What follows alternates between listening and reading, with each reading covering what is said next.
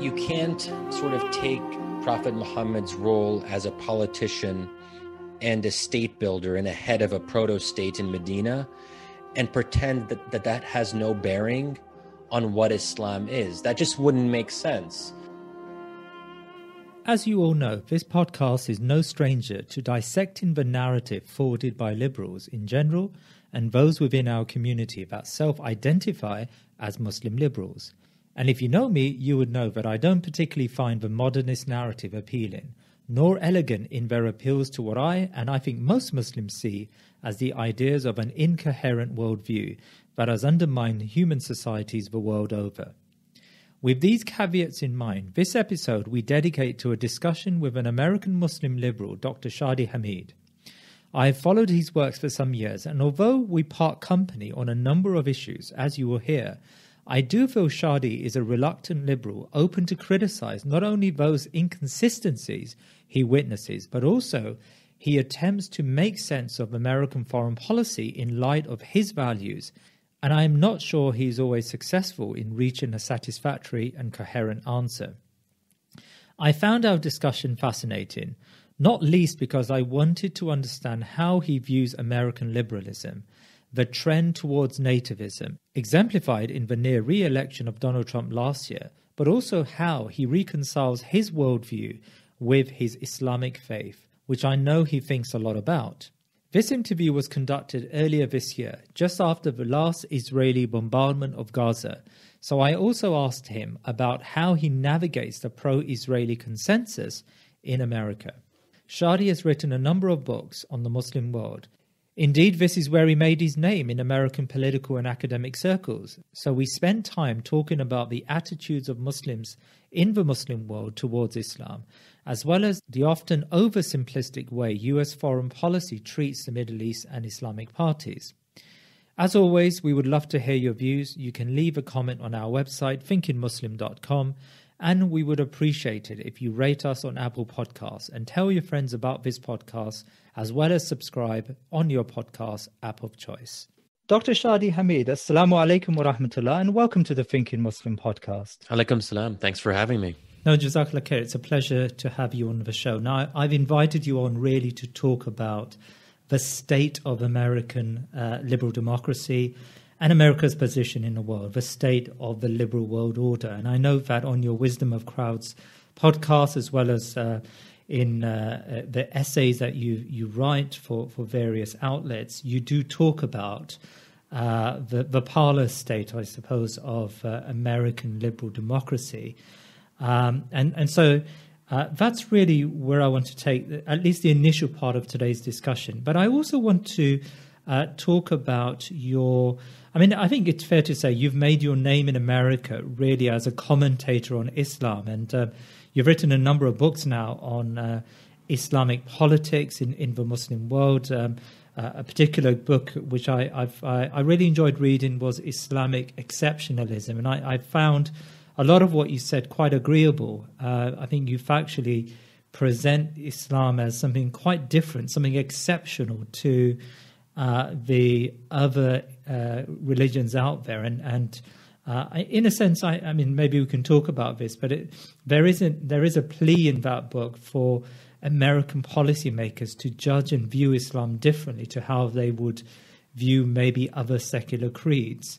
Now, I know you come from a liberal position, probably it's fair to say, but it's really good to see a mainstream commentator talk about Islam in terms that probably I would agree with, and I know many of my listeners would agree with.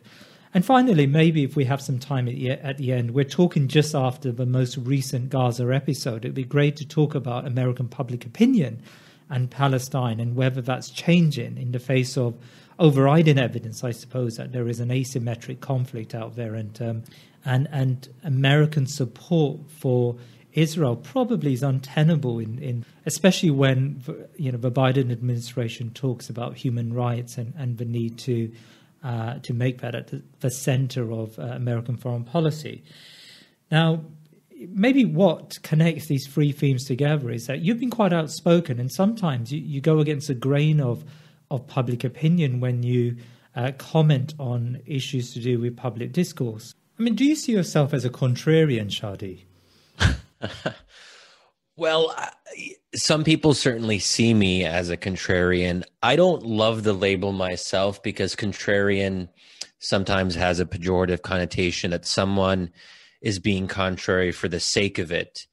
So whatever anyone else says, they say the opposite. I mean, sometimes I say the opposite, but I would like to think that I do so because of the things that I believe. It happens to be the case that my ideas and my convictions have taken me a little bit away from some of the mainstream discourse in the U.S. And but I there are things that I believe in quite strongly, and if that leads me to have an opinion which is controversial or contrarian, then I think that I'm willing to accept that. And I am a critic, certainly, of many of my fellow travelers or colleagues on the left or the liberal left.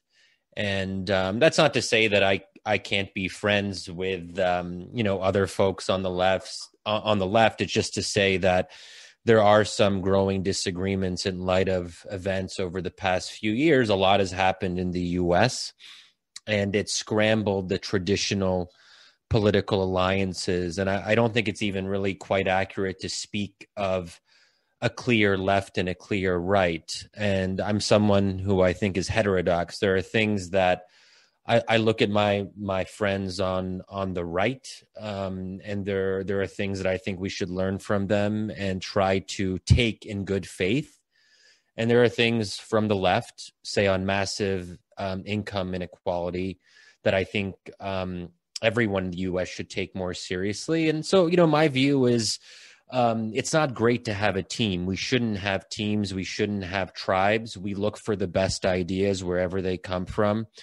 And as a Muslim, I'll also say that I've learned a lot from my Christian, even evangelical friends and colleagues who I've engaged with more and more over the past few years. And I think there are great things about Christianity that I think have, if I can say this, have helped me become a better person, and even have inspired me to become even a better Muslim. And I see the level of commitment and conviction, and I don't agree with the creed. Naturally, I don't believe that, in the Trinity or that Jesus is the Son of God, but I can appreciate the ideas that come out of Christian conviction. And that's sort of my approach to ideas in general, I would say. Now, your podcast is called Wisdom of Crowds, and I suppose that's a nice way to enter the subject of liberal democracy. In your mind, is there a wisdom in crowds? I mean, I note early classical liberals were very cautious about popular democracy. I mean, consider our celebrated British philosopher, John Stuart Mill, who talked of the tyranny of the majority. Shadi, can crowds have collective wisdom, as many modern liberals would suggest? So the reason that we called our podcast Wisdom of Crowds, it's meant to be somewhat ironic because I don't necessarily believe in the wisdom of crowds myself. And I think we see signs of the lack of collective wisdom in democratic contests throughout the world, whether it's our own election of Donald Trump, Bolsonaro in Brazil, Modi in India, Duterte in the Philippines. I mean, if there's a universal story of the past 5 years, it's that the public doesn't necessarily make the right choice. Oftentimes it makes the quote unquote wrong choice.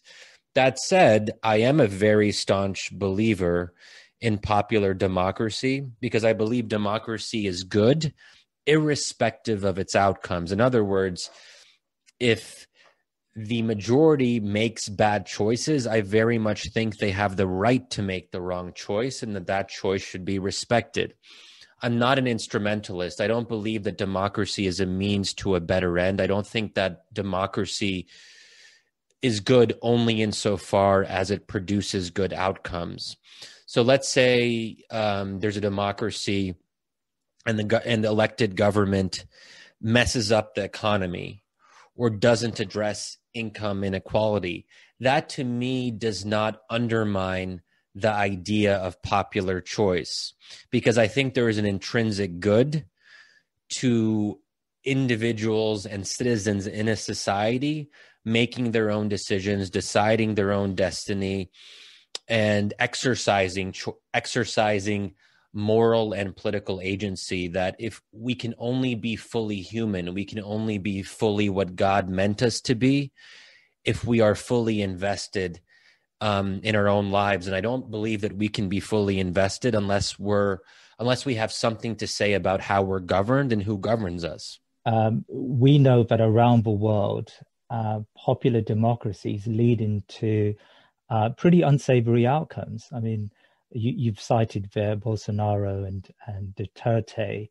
There are countless examples now of what you call illiberal democracies that are growing around the world, and I mean that America is not immune to this.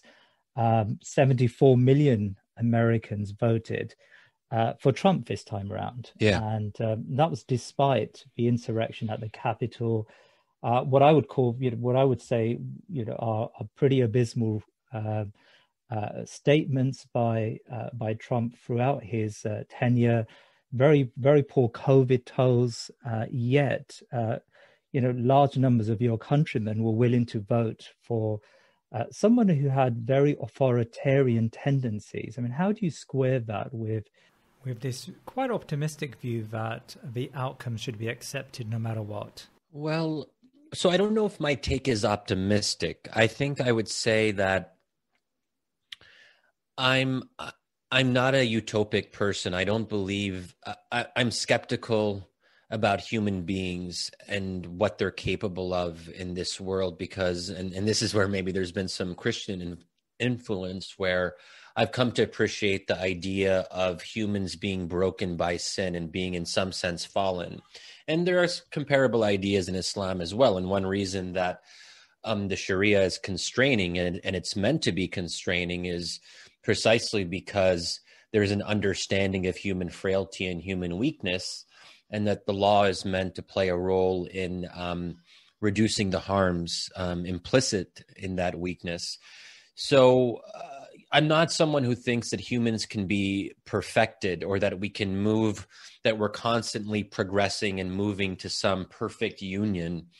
We can try, and I'm someone who very much advocates for trying. I do believe we can be better, particularly when it comes to Americans and our foreign policy. I believe that the U.S. has had a tragic history in the Muslim world. We've supported authoritarian regimes for quite a long time. I want us to be better, but I'm also realistic that we're never going to be as good as I would like. And I have to accept that, because that is the nature of this world and this life. But on the question of democracy's outcomes, well, I don't think that if someone votes for Donald Trump, that makes them a bad person. I don't think, I'm always concerned about investing political choices with moral meaning.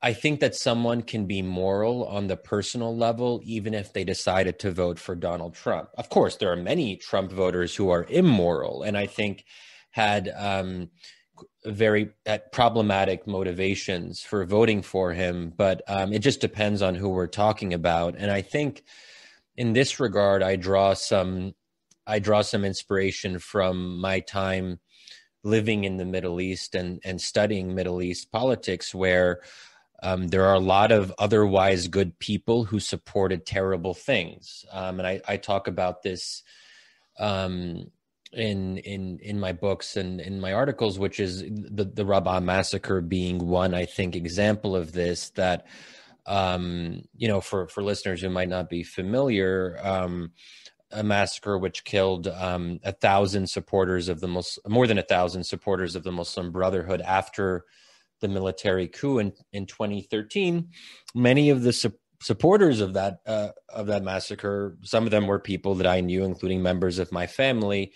And so you can have people who are dear to you who decide who decide to support very bad, even horrific things, that doesn't take them outside of the fold necessarily, whether it's the fold of Islam or the fold of American politics or being American when it comes to the decision to support Donald Trump. So in that sense, people have bad ideas, and that's just going to be a reality that we can't quite avoid. What we hope, though, through the democratic process is that there can be some kind of correction over time. And I think we had that in the US. Americans decided to vote for Donald Trump in one election. I thought that was bad, but we survived as a democracy, and our institutions held. And then we were able to vote for Joe Biden. And I think we're on a better course right now. That doesn't necessarily speak to any inherent wisdom, but it does speak to what I think is the power of democracy, that it allows for change. It allows people to make different decisions every 4 or 5 years or whatever it happens to be. And that to me is part of the intrinsic good, that people can constantly be modifying their own preferences as they engage in political life and as they associate with their fellow citizens. Sometimes that will lead to bad outcomes. Other times it will lead to better outcomes. But I'm also, I think, a little bit skeptical of the idea that we can ever truly arbitrate what is a quote unquote good outcome versus a bad outcome, because obviously we as Americans no longer agree on what is the common good. So today I have Republican friends who think that Biden is really bad. I thought that Trump was really bad, but we have no supreme authority that can arbitrate who is right. And that's why I think ultimately we have to postpone or suspend judgment. There is no way in this life to let's say, conclude definitively about who is right or wrong in particular political debates or crises. I have my own view, and I think my view is better or more moral, but I have no way to prove that definitively. So I think what that requires is a kind of humility. And last thing I'll say is the question of democracy also has a lot of implications for Muslim majority countries, because Islamist parties tend to do quite well in elections in the Middle East. And I wouldn't want to have a situation where secularists or liberals in the Middle East say something similar to what Americans who oppose Donald Trump said, which is Donald Trump is a threat to democracy. He's illiberal. He doesn't respect basic norms. He doesn't respect minority rights. Those are some of the same things that liberals and secularists said when the Muslim Brotherhood and other Islamist parties came to power during the Arab Spring. And that can be very dangerous, to say essentially that the masses are bad, they are to be feared because they don't know what's good for them and they can't be trusted with the vote.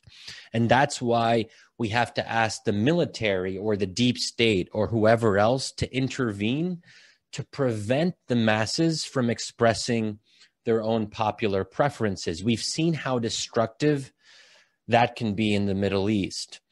So I think that we have to be consistent and say, look, democracy has to be respected irrespective of its outcomes, essentially. Otherwise, people will always block the outcomes, or they'll try to block the outcomes that are not to their liking.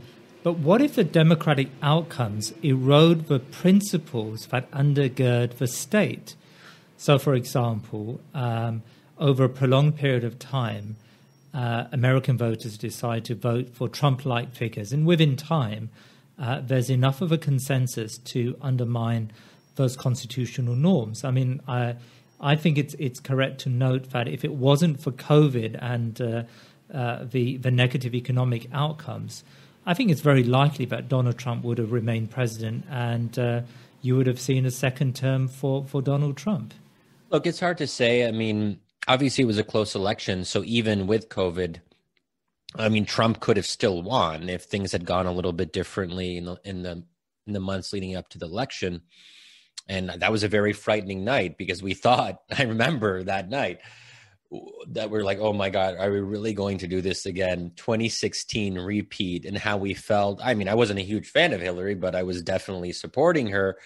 And that was a tough night in 2016. And we almost thought we'd have another tough night in 2020. Thank God it didn't. It turned out better as the night went on. But look, if Trump had won fair and square through the agreed upon system of the Electoral College, for all of its faults, I would have had no choice but to respect that. These are my fellow Americans, and I can't devalue their vote, and I can't devalue their preference. They are not beyond the pale.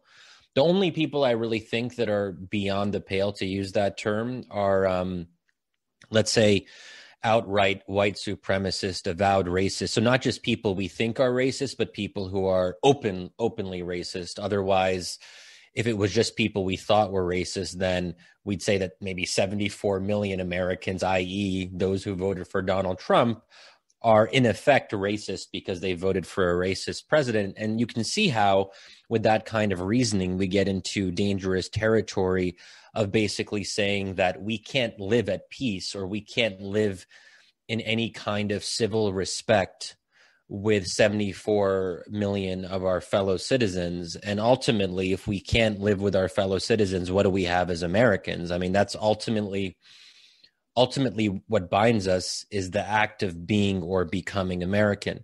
But if we extend this to say, again, to use a different example that might be more clarifying, the rhetoric after the Brotherhood won in Egypt was, again, people said, primarily secularists, nationalists, liberals, but basically people who didn't like Islamists. The one thing that they agreed on is they said, if the Muslim Brotherhood keeps on winning, it will change the nature of the Egyptian state. We will never be the same. We will go backward. They will take over the institutions of the state. They will start imposing various aspects of Sharia. Now, I mean, I'm skeptical of how much Sharia would have been implemented in the case of the Brotherhood in Egypt. But I think it's a similar question. How do we feel about bad outcomes? And it's just a question of, so presumably many of your listeners will be sympathetic to the idea that Sharia should play some role in public life. They might disagree in what that looks like and what is the nature of the Sharia. And obviously, if you talk to 10 Muslims and ask them what the Sharia means to them, you'll get 10 different answers, or maybe, I don't know. Yeah, I think that's fair to say, for better or worse. So what I would say is that the way we protect against excess, whether it's Islamist excess or populist excess in Europe, and obviously in your own home country, people thought Brexit was an example of whatever the opposite of wisdom is. I'm forgetting the word, but the collective opposite of wisdom. People voted for Brexit, and that felt, I think, to many of my Brit friends like an existential threat. And if that's what democracy produces, then is democracy worth it? But it's interesting that in retrospect, we might say today that Brexit brought its own benefits in disengaging the UK from a European project that I would argue has been that has failed to various degrees when it comes to the vaccine rollout and dealing with COVID more broadly. So there's also a sense that we never quite know how certain decisions will play out over time. But ultimately, you have to have constraints on the popular will. So this gets, I think, to your fundamental concern about the tyranny of the majority. Each society has to decide what the limits are, and that's generally done through a constitution. So I believe that if there are future democratic openings in Muslim majority countries, that there has to be a more consensual approach to drafting a new constitution. And that ideally would put limits on what an Islamist party could do. So you'd have guarantees on minority rights. You'd have some clauses about equality between citizens, freedom of expression, and certain civil liberties. Obviously, constitutions can be overridden, usually if you have a supermajority. So in the US, you can have 2/3 of both houses of Congress and 75% of the states to kind of institute amendments, so on and so forth. So there's never any foolproof mechanism. And that's why ultimately democracy is a risk. And there's no way to reduce that risk to zero. So we try to introduce protections. We try to introduce constitutional limits on what majorities can do. But still, if enough people want to make a change, they can do it. Now, there are certain things that would make a democracy no longer a democracy. And then obviously, as someone who is a small d Democrat, I would be against that. So for example, let's say that a law was, some kind of constitutional amendment was passed that stripped Christians from the right to vote in certain elections in Egypt. Obviously, we would have to be against that, and we should be against that. And that's even putting it quite mildly, because that would no longer be a democracy. Because if citizens no longer have a right to vote, then it's not even an illiberal democracy. So there's also, for something to be a flawed illiberal democracy, we're criticizing it. We have issues with how illiberal this democracy has become. The limit there, we have to make sure it doesn't go one step further and become a non-democracy altogether. So people still have to have the right to vote. Citizens have to have the right to recourse. So in other words, they should be able to speak out in the local and national media. They have to be able to organize political parties.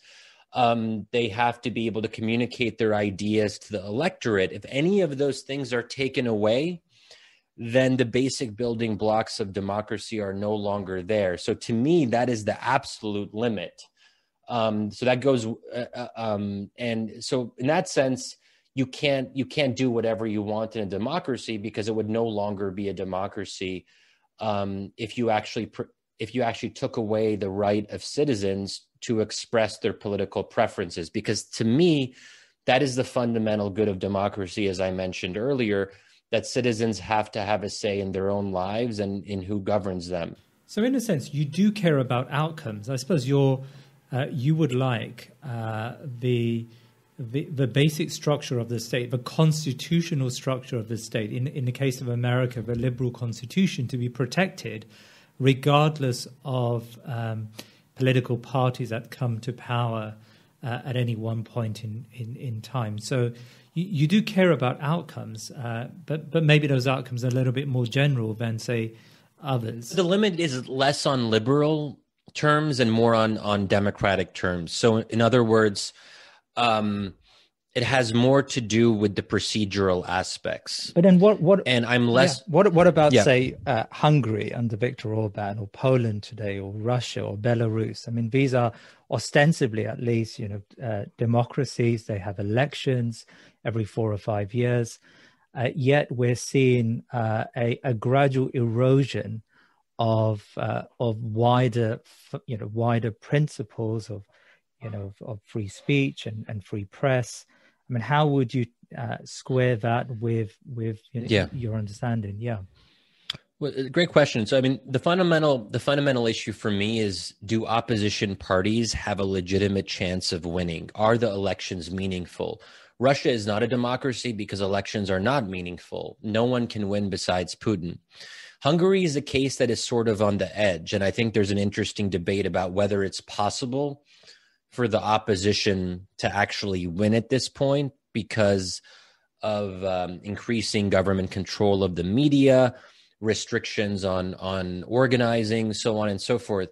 Those are the things that we have to look most closely at. And that's where I personally draw the line. So my line is a little bit more minimalist than other people who raise a kind of higher liberal bar and are more focused on quote unquote liberal values. What I'm primarily concerned about is whether people are able to reverse their decisions and to choose differently in subsequent elections. If it gets to the point where the opposition has no realistic shot, then it's no longer a true democracy. So Turkey is another, I think, on the edge case. And again, like, I'm not here to sort of arbitrate the right answer, because I think there are compelling arguments on both sides. But I think it is becoming more difficult for what is now the secular opposition against the current, Islamist-leaning ruling party. It is becoming harder and harder for them to win. So that to me is unacceptable, because that deprives citizens of choice between competing parties. So in that sense, I'm very much what I call a democratic minimalist. So I'm more concerned about maintaining the integrity of the procedural system and the process. And then whatever the process then produces, I think we should have a hands-off approach to that. So let's say in a given country, a socialist party wins, or a communist party, or a Salafi party, or a brotherhood party, or a liberal party, or a secular party. I'm less concerned about that as long as the procedural integrity is protected. I wonder whether that's enough to safeguard the type of country and system you would like to live in. I didn't say I would like to live in it, because, okay, this is good. It's good that you mentioned this, because I am still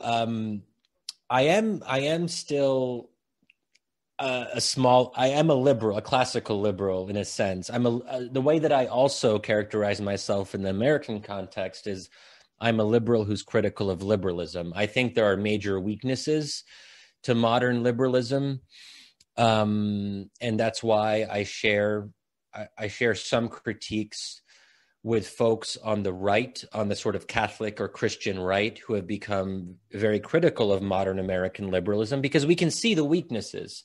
We can see what happens when you have the perception of unlimited choice, when there are no real duties or obligations or constraints.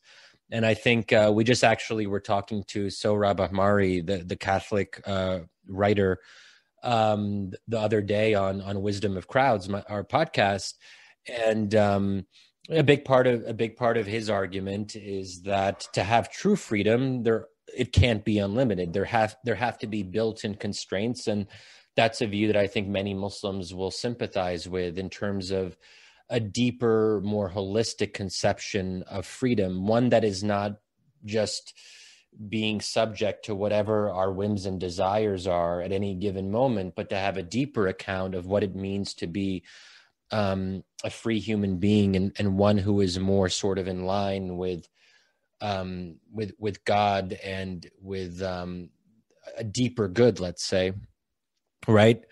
So I like America, because I have those critiques of liberalism, but I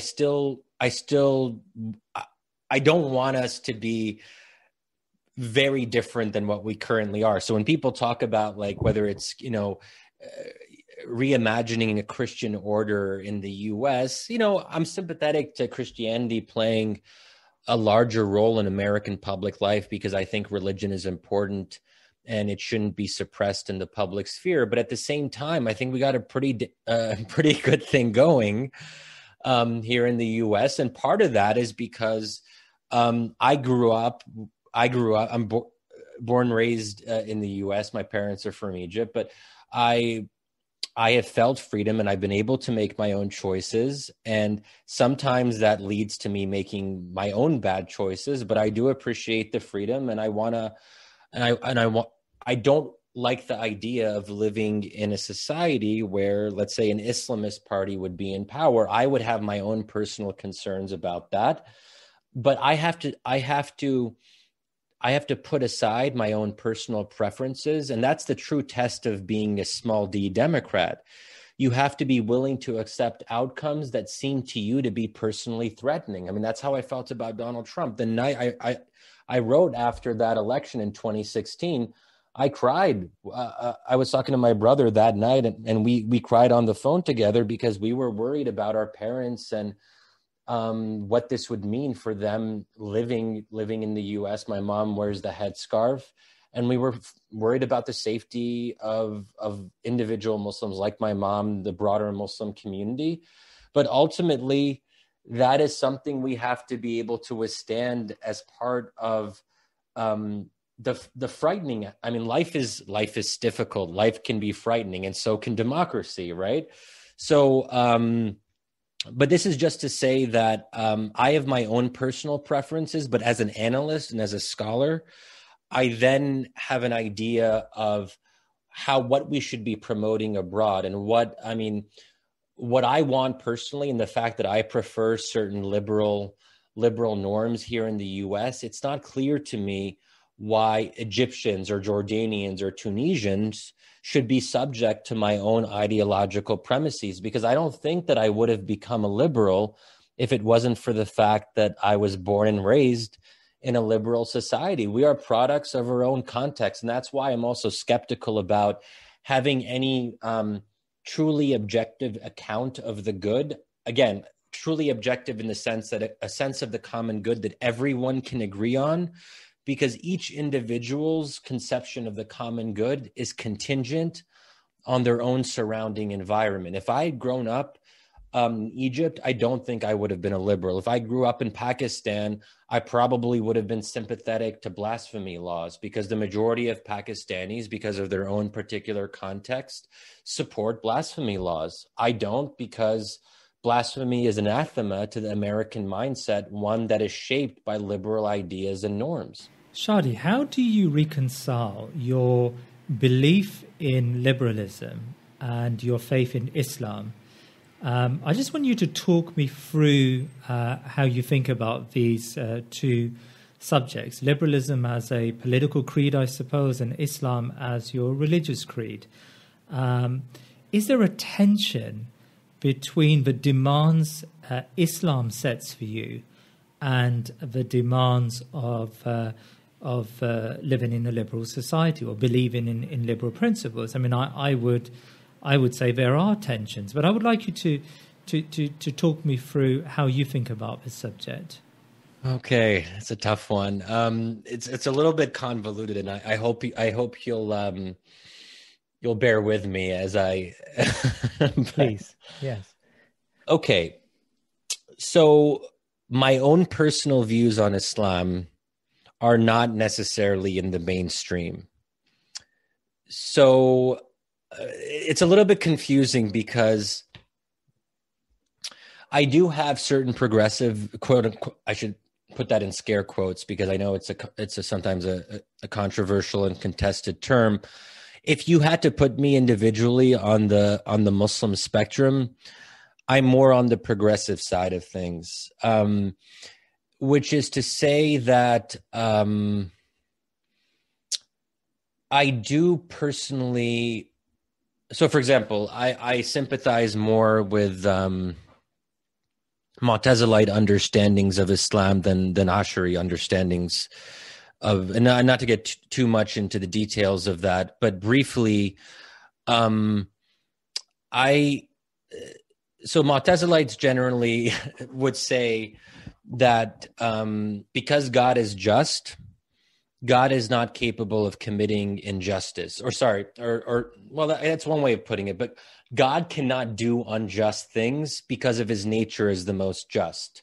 So in that sense, God is in some sense, again, these are problematic terms that are contested in Islamic history, but in some sense, God is quote unquote bound by an objective conception of justice. So in other words, God, let's say, as an example,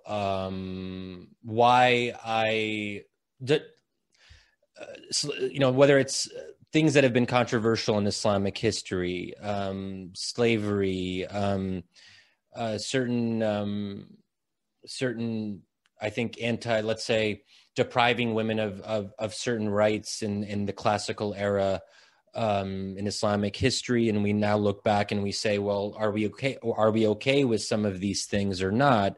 This is problematic in part because it relies on a moving target of what justice is. We don't agree on what is just, right? Anyway, the Ash'aris would say that whatever God wills is therefore just. So if God, let's say, if God asked one of his creation to hurt, or even, to use an extreme example, to kill one's son. Again, this is totally hypothetical and theoretical because God would never, I think, do that. But then if you want to take it to an extreme, you would say that if God asked his creation to do something, and however bad or unjust, or we would have to follow it, and we would then adapt our conception of justice and say that this is now just because God commanded it to be so. So there is no independent conception of justice. So on and so forth. Anyway, this is all to say. But we have an example of that, of course. Ibrahim alayhi salam. Yes, that's what I was sort of was asked to do that, right? And I know that some modern liberal scholars in America have questioned the merits of that decision and whether God would have asked his prophets. Yet we know that there is near consensus. Even the Mu'tazilites would agree that this happened and this needs to be believed in.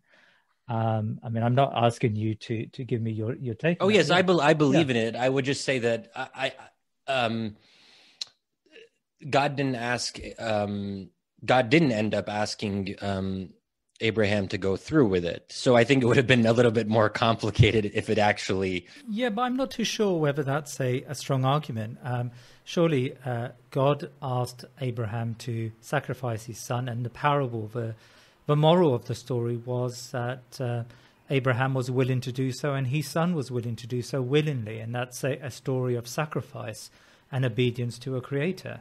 I can't be anything other than what I am as an individual, a product of my own environment. And I do believe being American does affect how you view Islam. We do tend to be more, quote unquote, progressive, liberal.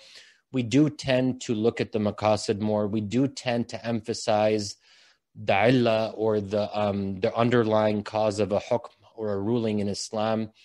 These are, that's something that I find compelling from a rational perspective. I don't know if I want to ask other Muslims in other parts of the world to have this more progressive maqasidi or let's say, this maqasid approach to Islam, because I'm not 100% sure it's correct. So I think that what I believe is good is good, at least for me and for my own community, my own environment. I could be wrong. And again, I'm accountable to God, and that's an individual thing that I don't think others have to be particularly concerned about. But I don't want to take my quote unquote progressive liberal influenced interpretations and say that some ordinary Egyptian in the middle of Cairo has to agree with me, because it's kind of complicated. I've tried to explain. If you try to explain to someone the idea of maqasid and the idea of taking the illah, the hukm, and so on and so forth, and how that affects our view on female inheritance, all of this, they're going to say, look, or the hudud, let's say cutting off the hands of thieves, to take a controversial example. I mean, that's in the Quran. So if it is in the text, I think it's not really fair for me to go to someone and say, hey, Muslim person, this is in the text of the Quran, but I'm asking you to come up with a complex hermeneutical interpretation. That's not for an ordinary Muslim to do. If people want to get into that, they can. Anyway, hopefully that helps a little bit. No, it does. I mean, I wonder how much you've effectively said it. You're projecting your liberalism upon the faith, and the faith has to adhere to your liberal principles. And I wonder, which is fair enough, that's your position, but I wonder whether that certainly goes against the grain of Islamic history and scholarship, but I wonder how much that goes against Islam as a faith that believes in submission, that believes that God has ordained a course, a sharia for human beings to follow, so that they can reach ultimate salvation. At least that's how, as you know, that's how most Muslims, I suspect, would still see Islam. You had a fascinating interview a few weeks back with Mustafa Akil, and Mustafa Akil had a position which isn't really too dissimilar to yours. I know it's probably he takes it one step further, but I having listened to that interview, I wonder how much, in effect, he's and he very openly admits it, that Islam needs to go through a liberalizing process in order for Islam to be accommodated. Yeah, well, look, I mean, in that podcast episode, I was basically arguing against myself. Like, in a sense, Mustafa and me on a personal level are quite similar. We're also pretty good friends. Where we disagree is on the public implications of our personal preferences. I'm not a theologian. I am not a scholar of Islamic law. I'm not, I mean, that's not my training. I'm not, as someone who's not an imam or a cleric or a religious scholar, it is not my job to tell Muslims how to live their lives. I can analyze and assess and offer my own I can share. This is how I think about things. People can take it or leave it, but I'm not going to pretend that what I'm saying is the right interpretation of Islam. And I'm very careful.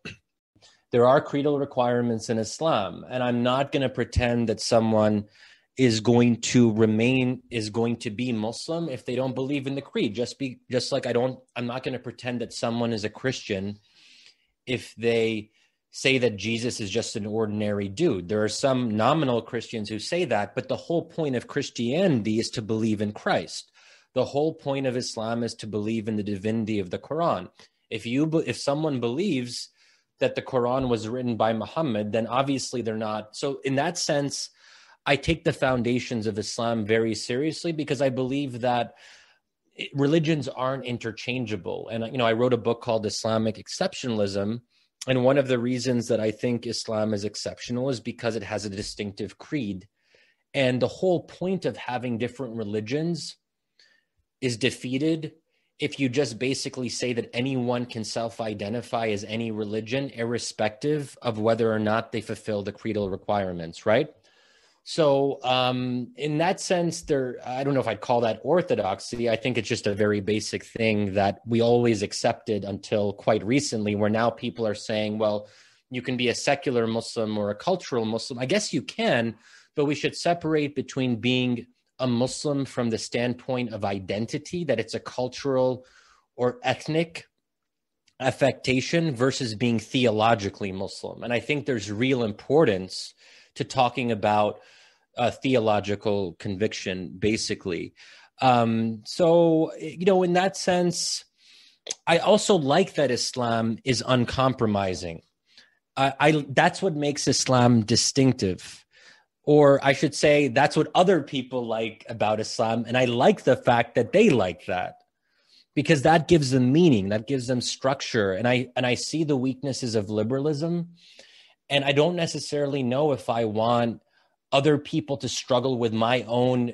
It's difficult to have a lot of choices. I've also talked about the paradox of choice and how that contributes to unhappiness in modern liberal societies. Once you have so much choice, you can never undo it. It changes the way you approach your own life. So you can try to become more orthodox, but it becomes more challenging. So I would prefer, I think in some ways it might be better to not experiment too much with that, because we know what it can lead to. It can lead to a certain kind of intellectual and even philosophical chaos, which is maybe more than people can handle. So if we want Islam, if Islam maintains this,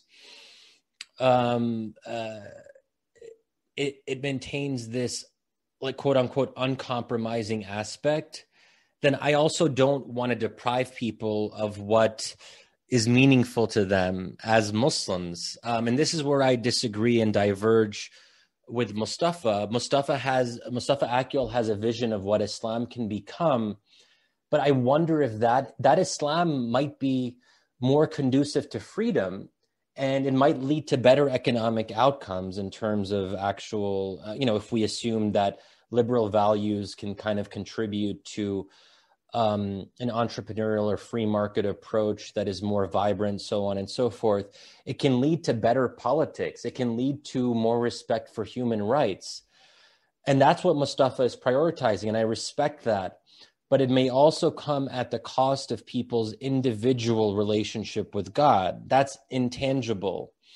And I think there's a real tension here, because I think that what Mustafa is offering can actually be good in some ways, but in a very temporal and even secular sense. And we have to ask ourselves as Muslims, maybe there's a middle ground that is somewhat in between, but it's not my job, but it's not something I want to tell Muslims to do.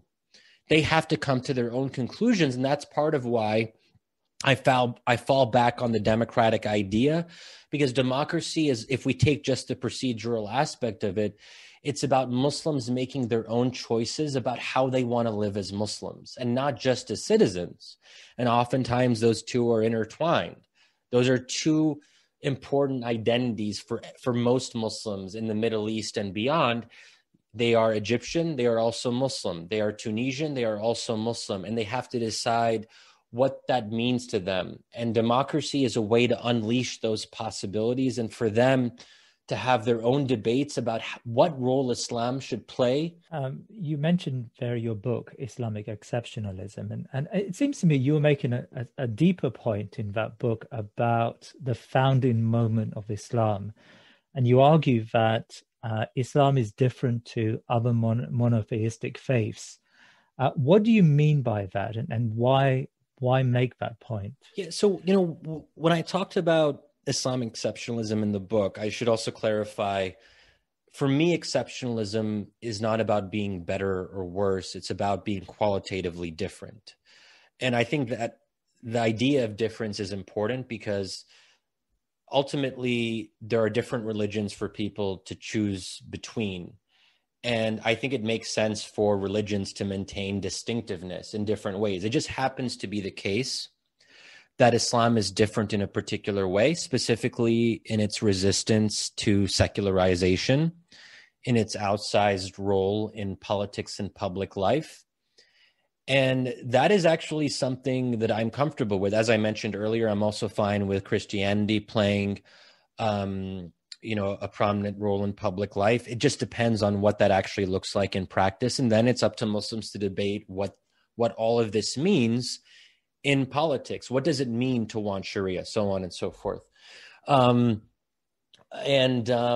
also I'm not going to make Islam into something it isn't.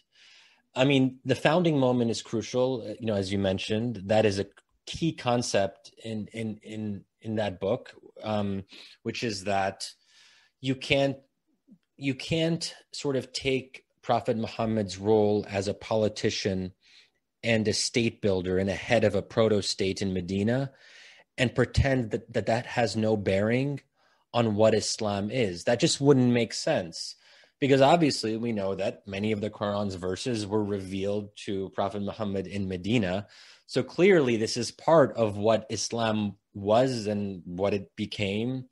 And the idea that we can separate, let's say, the Meccan verses from the Medina verses, I'm fine with historicizing certain verses. In other words, to say God revealed this at a particular moment, at a particular place, and he was speaking to a particular audience. Let's understand that concept, that context. And that's not, sometimes that can be controversial, but generally most scholars do consider asbab an-nuzul, or the reasons behind revelation. So there are reasons that God revealed certain things to Prophet Muhammad and the early Muslims at particular times. That said, Islam, the idea that Islam can be secularized, it goes against the foundations of the faith. And that's where I push back, because I don't like it when individual human beings try to change things that are not within their purview. And that's why, again, I'm trying to be very careful about what I say on some of these things, because I think it's better for people to be wrong and to be sinners than to make Islam something other than what it was intended to be, because then you aren't, as you mentioned, then you're getting into this problematic gray zone of, are you kind of contending with God? And are you actually maintaining some level of humility and sense of your own fallibility as a human being? So, and it's also not realistic to secularize Islam, again, because that's what a lot of people find compelling about it, that it does speak to modern questions. I mean, there are political vacuums, ideological vacuums throughout the world where people are looking for alternatives, and to tell them that they can't consider the role of their own religion in their political conception, it's very limiting. And it's unclear to me why a majority of Muslims would move in that direction. I mean, we've seen that they aren't moving in that direction, despite, I think, various efforts at secularization over the 20th century. I mean, take some of the examples like Turkey and Tunisia, where there was not just cultural secularization, there was forced secularization. So even if you try to suppress people into being secular, what we find is that oftentimes over decades, Muslims may realize later on that they want to return to a more Islamic conception of politics. I bring up Turkey and Tunisia because those are two of the only countries in the Arab world where Islamist parties have been in power for a significant period of time. And it's not an accident, Those are two of the most secularized countries in the Arab world. So even in secular contexts, you still have this sense that Islam should matter in public life. So if you can't do it with coercion, and that's also another problem, that if you insist on secularization, it leads you to a coercive conclusion. Because what it leads you to is to say that ordinary Muslims are too pious, they're too religious, they want too much Islam in public life, and there have to be secularized elites that force them in a different direction. And basically, they can only do that through authoritarian rule. And that's why I would argue liberalism in the Middle East, unfortunately, has often been a handmaiden to authoritarianism. They go together in the Middle East, unfortunately. They don't necessarily in Western democracies. It's actually closer to the opposite, that democracy and liberalism, at least recently, not recently, not in the last 5 years, but, for the last 2 centuries, there was a sense that liberalism and democracy were sort of going in the same direction. They were supporting each other, so on and so forth. In the Middle East, liberalism does not necessarily support democracy because most Muslims in Arab countries are not liberals. Let's turn to your book, Temptations of Power. And you make a point that I think it's a very weighty point, that you suggest that any future democratic Muslim world would have to incorporate, at the very least, Islamic parties, if not an Islamic government, possibly. How sure are you about the strength of Muslim public opinion towards Islam in the Arab and wider Muslim world? Okay, well, there's two different ideas here. One is the Islamist parties, and the other, which is related but different, which is Islamism. You can have Islamism without necessarily having Islamist parties. So one thing that I've also discussed, I think in both books actually, is Malaysia and Indonesia, which are really interesting cases because Islamists are almost never in power. They don't actually do that well in elections, but you still have the implementation of Sharia ordinances in both countries to quite an extent in certain localities and regions. But what's kind of interesting and somewhat odd is that it's often secular parties that have implemented Sharia ordinances. Why? Because political calculations in conservative areas of both countries, the median voter wants more Islam in public life. They call for that publicly. So if you're a secular party and if you want to win in one of those more conservative regions of Indonesia or Malaysia, you have to appeal to that median voter. That's part of what democracy does. It forces parties to make concessions to public opinion. So I'm not 100%. I'm not 100% sure Islamist parties will always do well. In fact, we know that they won't always do well. because part of what democracy is about is the ebbs and flows of popular opinion. But I do think that what is stable in many of these countries is a general desire to have Islam playing a prominent role in public life. But you could still vote for a liberal party even if you believe that. I mean, you could say, well, hey, it's cool that Islam plays a prominent role in public life, but your priorities are a little bit different. Maybe you're concerned about economic policy and you think that one of the secular parties has a better economic program, or you're a farmer and you're concerned about agricultural policy, and it happens to be the case that a socialist party is going to address your needs more. People have different motivations for voting. Sometimes it's social pressure. So if your friends are voting for a liberal party, you might vote for a liberal party, even if you want Islam to play a larger role. So I think that you're always going to have different configurations of electoral results. But I think that even if public opinion changes, Islamist parties have a built-in advantage in much of the Arab world specifically, is that they're well organized. They know how to get out the vote. They have a presence nationally. So in that sense, they're not just strong in certain major cities. They have a broader presence, which helps them have better electoral results. So when you're very disciplined and when you have an ideology, it allows you to also distinguish yourself from other parties. So people know what the Islamist party wants because they're like, oh, well, the Islamist party wants more Islam. The problem with secular parties is that they're more fractious. There's a bunch of them. They don't have clear ideologies and they can't build strong coalitions. So they end up undermining each other in electoral districts because they can't form a kind of, let's say, a unity list or something like that, where the brotherhood tends to be the brotherhood and you don't have that same level of fracturing. So those are just kind of and it also depends on what the electoral system is as well. So Islamist parties are just better at elections for some of these different reasons. So even if they don't always win, they'll probably do pretty well, at least for the foreseeable future.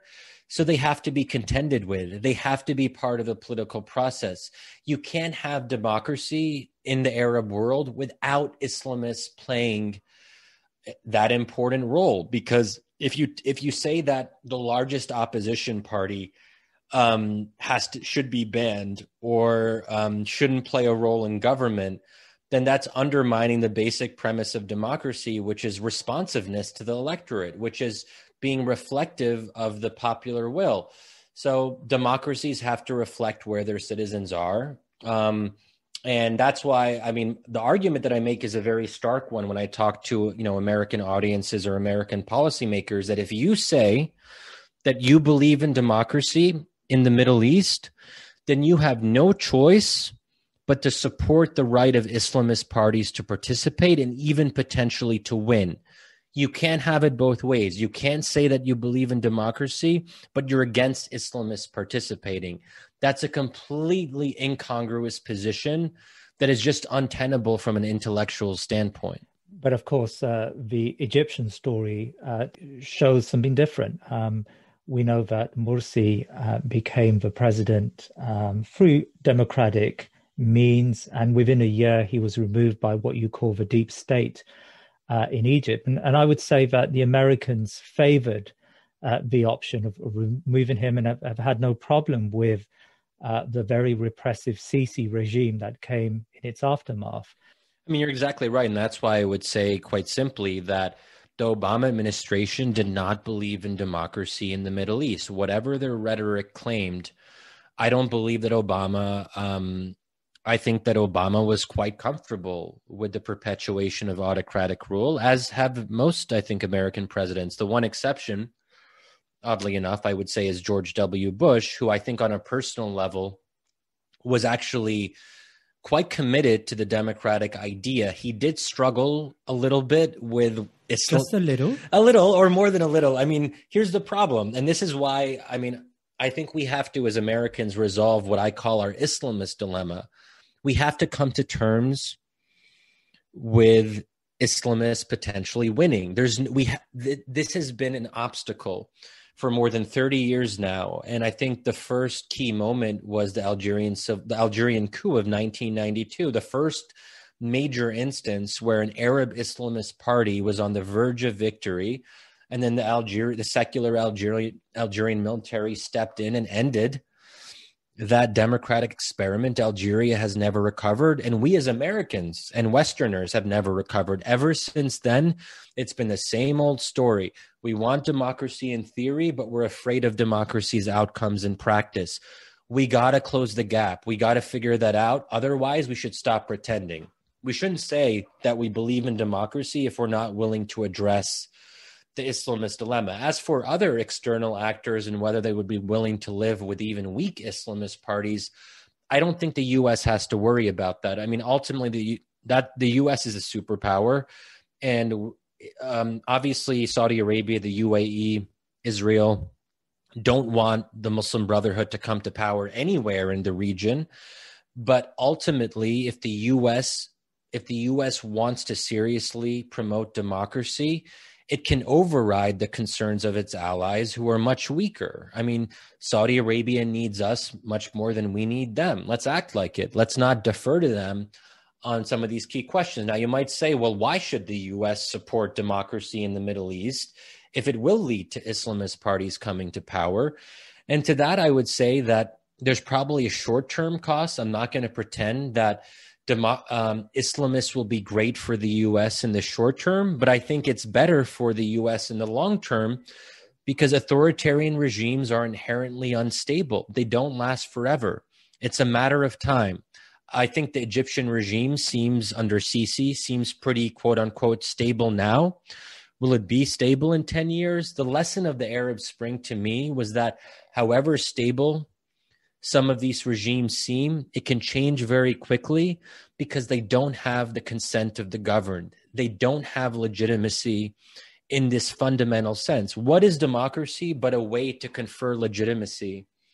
It's the only way to have a regular rotation of power. The biggest problem that dictatorships have is they have no clear way to transfer power to other people. So that's always why there's an instability moment when a dictator dies or when a dictator becomes weak. It's because you don't know how you're going to pass on power or institutionalize the passing on of power. And that's why we're always nervous about our authoritarian allies. We never know how long they're going to last or whether they're going to be able to withstand internal pressures. So there's a key question here. Do we always want to be worried about these weak, internally divided allies that are suppressing their own people, that are inherently illegitimate? That's not a good place for the U.S. to be. But yet that seems to be the consensus now in policy circles in America. I mean, both the Trump and probably the Biden administration are content with these autocracies. Look, I think you're exactly right. That is kind of where the consensus is. Not completely, but I would say that's definitely more the consensus than my own position. But I mean, you know how I feel about the conventional wisdom on any number of issues. I oppose it. I think it's wrong. And I'm in the minority. My side lost the debate during and after the Arab Spring. There's complex reasons for why we lost that debate. I don't want to call it a cause because it's not like some ideological, maybe one could argue it's somewhat ideological, my view on democracy. It's also what I think is good for America and good for American interests, in part because I think it is in America's interest to be moral. In the longer term, the source of our strength and power as a nation is inextricably tied to the sense that we are better morally than the alternatives, because people are going to look and say, here's the US, here's China, here's the US, here's Russia. If we can't draw energy from our moral convictions as a country that is based on a founding set of ideals, then we're not going to be able to compete effectively on the international sphere, because China will eventually overtake us on a lot of metrics, tangible metrics. The one thing that China cannot overtake us on is on soft power and values and I don't know, maybe, and moral leadership. And that's why I think we should be better when it comes to moral leadership. I think it's short-sighted that the Biden administration is indulging these autocrats and isn't doing more to emphasize human rights and democracy. And I think we're going to pay the price for it eventually. And I think the empirical record is clear. Let's look at the last 5-6 decades where we've been consistently supporting autocratic regimes in the Middle East. Has it led to a better Middle East, a more peaceful Middle East, a more stable Middle East? There are still forced concurrent civil wars that are going on now. If anyone thinks that the Middle East is some kind of region of stability because we've been supporting authoritarians, that's absurd. So we know this doesn't work.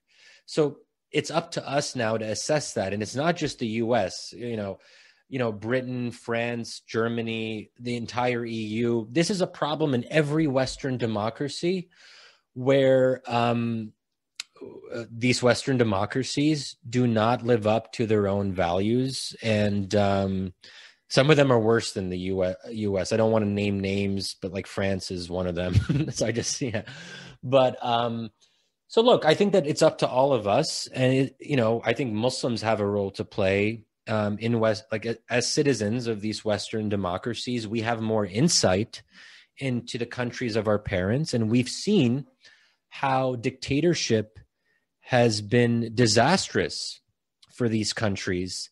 And it's created more extremism, not less. It's created more militant movements that resort to violence, not less.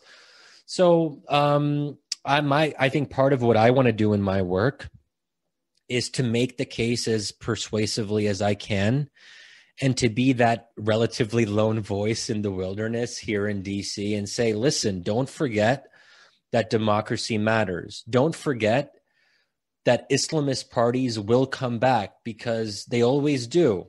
They always do. And it's better for us to prepare for that ahead of time instead of being caught off guard the way we were when the Arab Spring started. No one saw that coming, and U.S. policy was not ready for it. And that's part of the reason I think we made a lot of mistakes, because the Obama administration wasn't prepared for what came, in part because they didn't see it coming. Let me ask you a question about Gaza, Palestine, and the Israel conflict of the past few weeks. I mean, how do you read public opinion in America? Most Muslims have known for a long time that there's almost a foreign policy, a bipartisan consensus in America towards an unwavering commitment to Israel. But this permeates all of society until I suspect it became impossible to question Israel's activity without heavy personal consequences, in academia and beyond. Is that consensus changing? Is there a change to the narrative in the past couple of weeks? I think it's been remarkable. I mean, what I saw, obviously in a very depressing context, what happened to Gaza, but the positive takeaway is that there was more criticism in the mainstream of U.S. debate.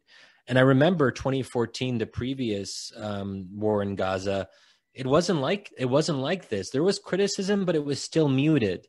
It wasn't the outpouring that I saw on Twitter and social media, and also in the New York Times op-ed pages.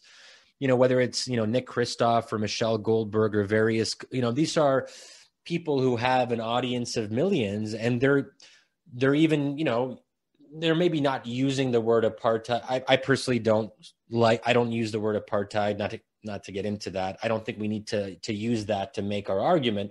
But even the fact that mainstream commentators are bringing up that word and debating it tells you something about where the conversation is. And personally, I made a decision when the Gaza crisis was getting worse. I'm like, look, I'm passionate about this.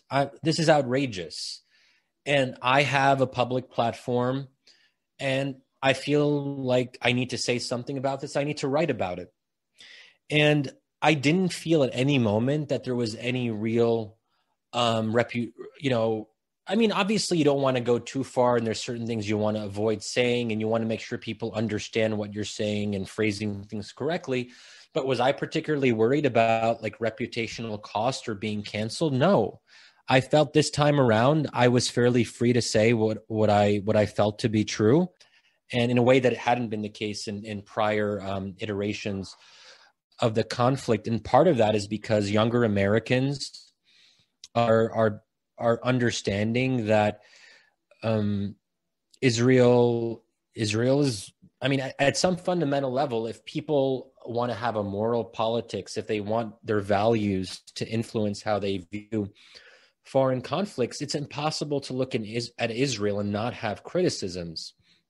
And I think that younger Americans are saying that they want to be progressive on domestic policy, and they can't be progressives except for Palestine. They have to extend their progressive, and here I'm talking about progressive just in the American sense of being, more supportive of social justice, racial justice, economic equality. I'm not talking about the religious aspect.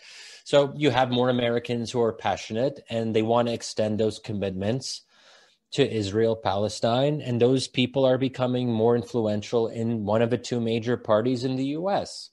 And we have several now prominent Congress people, whatever else one thinks about them, they are influential. AOC, Ilhan Omar, Rashida Tlaib, and they're vocal. And that gives an opening to other people to also be vocal, because if Congress people can say it, then why shouldn't someone on Twitter say it? So I think it's about the Overton window shifting on some of these questions. And that's a good sign. Now, like, what does that actually mean in practice? Well, so far, the Biden administration has been pretty bad. I was not a fan of how they responded to the Gaza crisis. They were pretty, I would say, unquestioningly supportive of Israel. And Biden has a long history of unwavering support for Israel. I'm fine with Israel being an ally. What I'm not fine with is indulging the worst instincts of the Israeli government. What does an alliance mean? What does it mean to work with another government? We shouldn't have to give up our values just because someone is an ally. The same thing goes for Saudi Arabia, Egypt. I'm not going to pretend that we're going to cut contacts and stop doing business with any of these countries. We live in the real world. America isn't an NGO. America is a country that has interests. And there's a tension there between values and interests. You can't avoid that. But I do think that we should hold our allies to account, especially if we have leverage with them. We obviously are Israel's major military patron, and we give them billions of dollars of military assistance. We should be able to say to them, hey, we do a lot for you. Stop, come on, get your act together.